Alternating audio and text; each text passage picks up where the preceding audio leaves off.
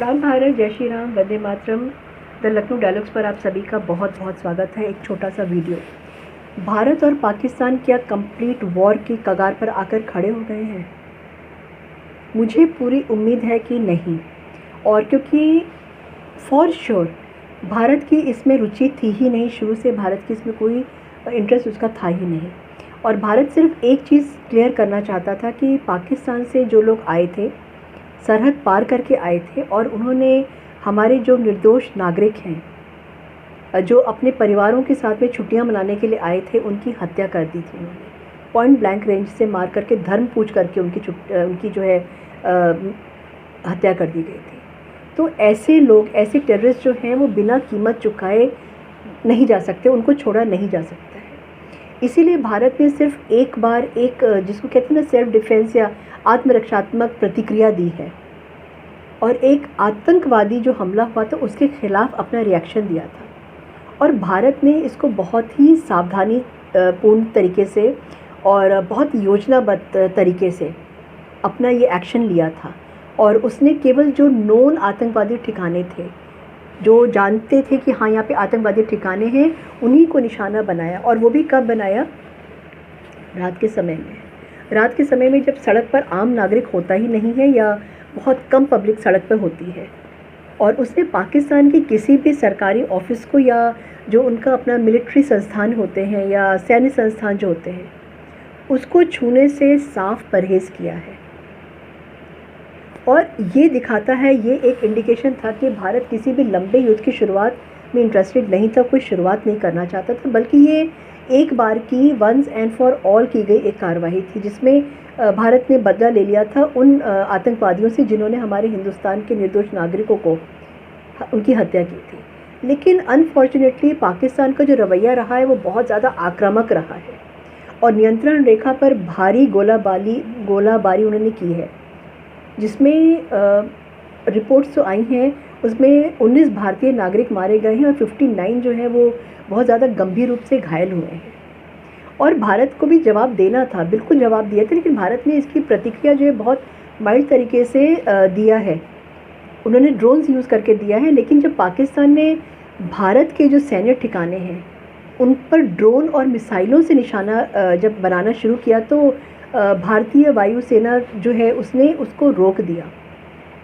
भारतीय वायुसेना ने उसको उन निशानों को रोक दिया और जवाबी कार्रवाई तो करनी बनती थी। तो जवाबी कार्रवाई में पाकिस्तान की जो एयरफोर्स है उसकी प्रणालियों को, उसकी जो बेसिस हैं उनको जो है निशाना बनाया। और ये स्पष्ट है कि भारत का इसमें किसी भी तरीके से इस वॉर में बढ़ोतरी नहीं कर रहा है। ये कोई वॉर है, कोई एक्शन है, उसमें बढ़ोतरी नहीं कर रहा है, बल्कि सिर्फ एक रिएक्शन दे रहा है। रिएक्शन दे रहा है पाकिस्तान के एक्शन को लेकर के। और अगर पाकिस्तान अपने इस रवैये को, उकसावे को रोक देता है ना, तो भारत की ओर से कोई कार्यवाही नहीं होगी।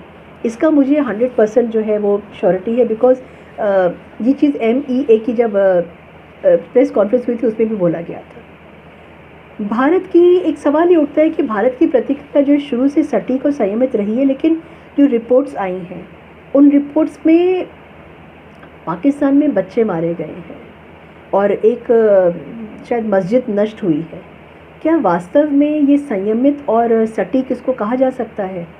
ये जो कार्रवाई हुई है जिसमें बच्चे मारे गए हैं और जिसमें सवाल उठता है, मैंने सवाल एक सामने रखा है क्योंकि कई लोगों ने सवाल पूछा है, मैंने सोशल मीडिया पे देखा है। तो मैं ये बता दूं कि ये जो सब जगह है ना, ये आतंकवादी ठिकाने हैं और बहुत वेल नोन आतंकवादी ठिकाने हैं।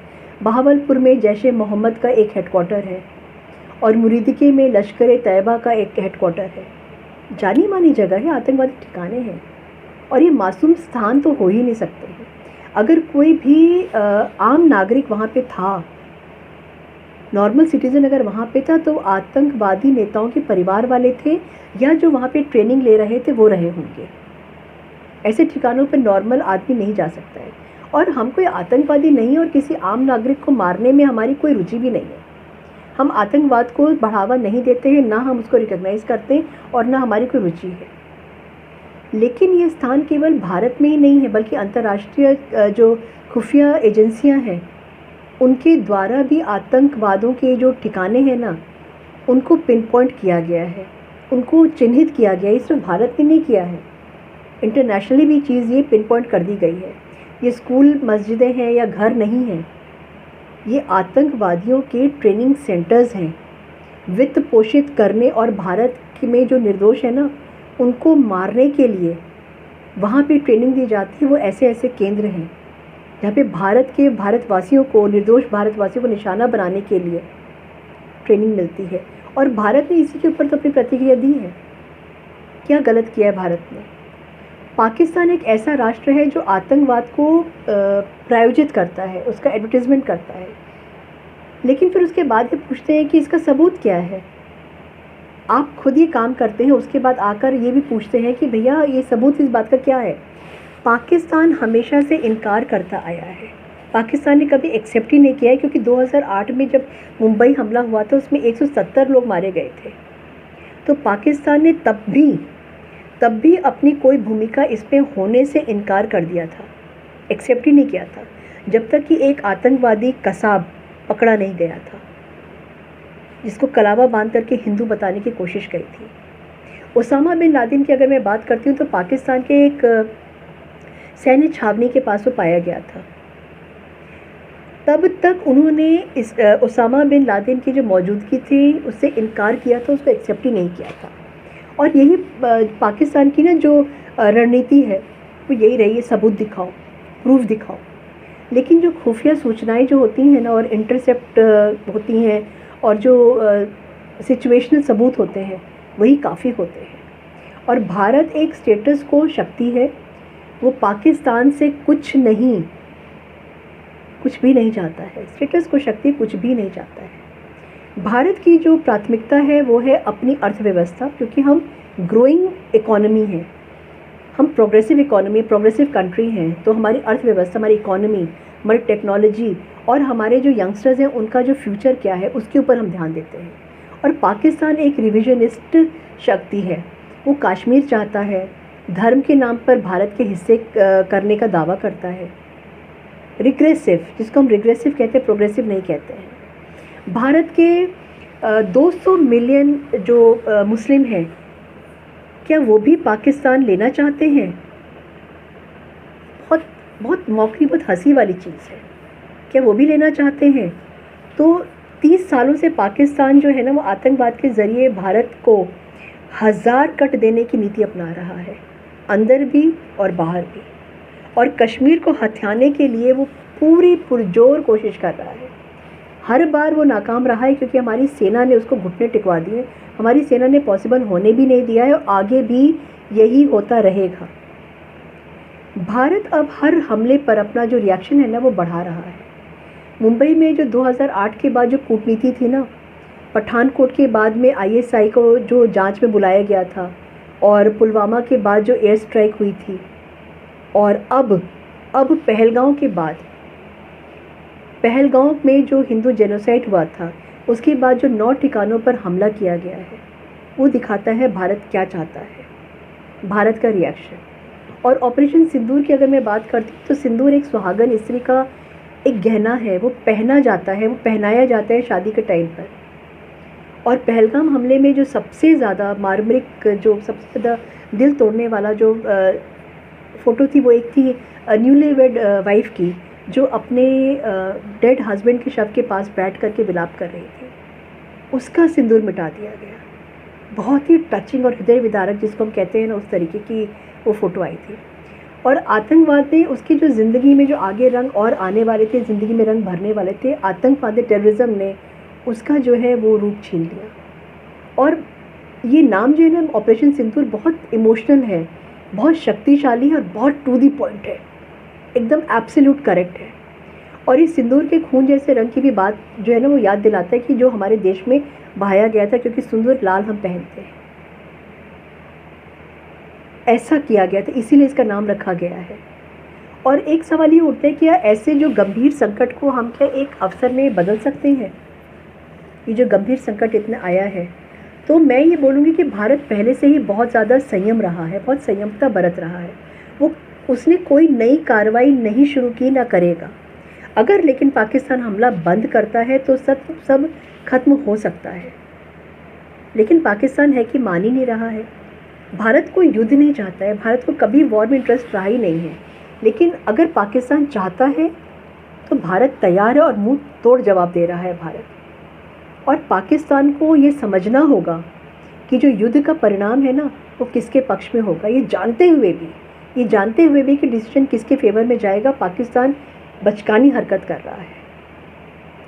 ये पूछ सकते हैं कि क्या कोई तीसरा पक्ष है जो पाकिस्तान से बात कर सकता है, कोई ऐसी संस्था है या ऐसी कोई कंट्री है जो बात कर सकता है। तो अमेरिका के जो फॉरेन मिनिस्टर है उन्होंने दोनों देशों से बात करने की बात कही है, उन्होंने बोला है। और चाइना ने भी ये बयान दिया है कि वो नहीं चाहता, चाइना भी इसके फेवर में नहीं है। चाइना ने हालांकि बोला तो यही है कि उसके पड़ोसी आपस में युद्ध करें, चाइना नहीं चाहता है, मगर चाइना बहुत कुछ बैकडोर से कर रहा है। पाकिस्तान जो है ना वो चाइना का ऑल वेदर फ्रेंड है, चाइना के ऊपर हम विश्वास नहीं कर सकते हैं। चाइना पाकिस्तान का जो लोन है ना उसका 30% जो है उसको नियंत्रित करता है। और CPEC में जो प्रोजेक्ट भी है ना वो वहीं से चलता है, CPEC का जो प्रोजेक्ट वहीं से चलता है। अगर चाइना पाकिस्तान को शांति का संदेश देता है तो ही शायद पाकिस्तान मानेगा, लेकिन चाइना ऐसा नहीं करेगा। क्यों? क्योंकि उसको इसमें फ़ायदा हो रहा है।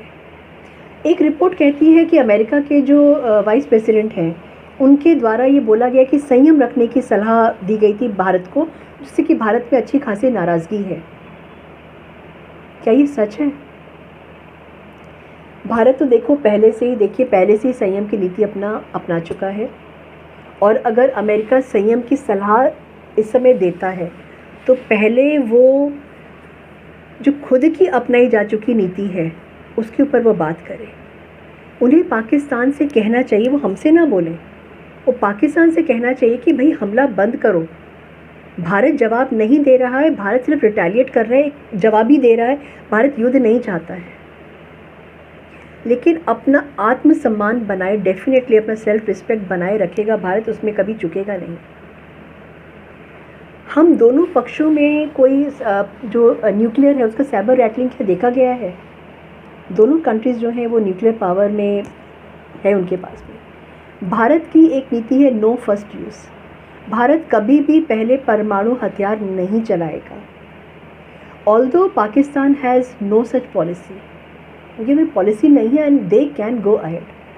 हिलेरी क्लिंटन की मुझे एक बात याद आती है, जब हिलेरी क्लिंटन का एक स्टेटमेंट आया था, बहुत ज़्यादा मशहूर हुआ था, गूगल करके आप उसको देख सकते हैं। उसमें कहा था कि आप अगर अपने बैकयार्ड में अगर आप सांप पालेंगे तो एक दिन यही सांप बड़े होकर के आपको काटेंगे। और पाकिस्तान को यही जो टेररिस्ट है ना, टेररिस्ट वाले जो सांप है ना, यही काट रहे हैं और पाकिस्तान को उसमें अपना विष, अपना जहर डाल रहे हैं और पाकिस्तान को ख़त्म करने के कगार पर लेकर के आ गए हैं। मैं मुनीर की भी अगर बात करूं तो मुनीर की एक जो चुल थी ना, सिर्फ मुनीर को एक अंदर से लगा कि भाई मुझे कुछ करना चाहिए। उस एक कुछ करने के चक्कर में पूरा पाकिस्तान को तबाही के रास्ते पर ला करके मुनीर ने खड़ा कर दिया है। और उसके बाद में जो एक वीडियोस हम लोगों ने देखी हैं जिसमें कि सारे टेररिस्ट जो हैं जो मारे गए हैं, पूरा का पूरा ख़ानदान जो हाफिज़ सईद का ख़त्म कर दिया गया था, उनको जो है गार्ड ऑफ ऑनर दिया गया है, उनको जो है पाकिस्तान के झंडे में लपेट करके उनको सपुर्दे खाक किया गया है। इससे ज़्यादा सबूत और क्या चाहिए किसी को कि पाकिस्तान जो है वो टेररिस्ट रोग स्टेट है, रोग कंट्री है, टेररिस्ट कंट्री है। पूरी दुनिया ने इस चीज़ को एक्सेप्ट किया है, पूरी दुनिया इस बात को मानती है। मेरा ये वीडियो बनाने का एक छोटा सा मकसद सिर्फ ये था कि पाकिस्तान क्या चाहता है और भारत ने अपने आप को कहाँ कहाँ कंट्रोल करके रखा है, मगर जहाँ हमारे सेल्फ रिस्पेक्ट की बात आती है भारत वहाँ पे रुकेगा नहीं, भारत वहाँ झुकेगा नहीं। एक छोटी सी सिपाही की तरह मैं भी अपना काम कर रही हूँ, घर बैठकर ही काम कर रही हूँ, अपने देश के लिए काम कर रही हूँ, अपने सैनिकों के लिए काम कर रही हूँ। आप भी मेरे साथ जुड़िए, कमेंट करिए और मुझे बताइए और अपनी तरफ से जो भी आपसे हो सकता है वो करिए, क्योंकि जहाँ तक मुझे पता है मेरे ख्याल से अभी ब्लड डोनेशन की ज़रूरत पड़ेगी। मेरा नाम सबसे पहले है उसमें, क्योंकि मैं जाके ब्लड डोनेट ज़रूर करूँगी। देश के लिए आप भी बहुत कुछ कर सकते हैं। Thank you so much. जय हिंद, जय भारत, भारत माता की जय।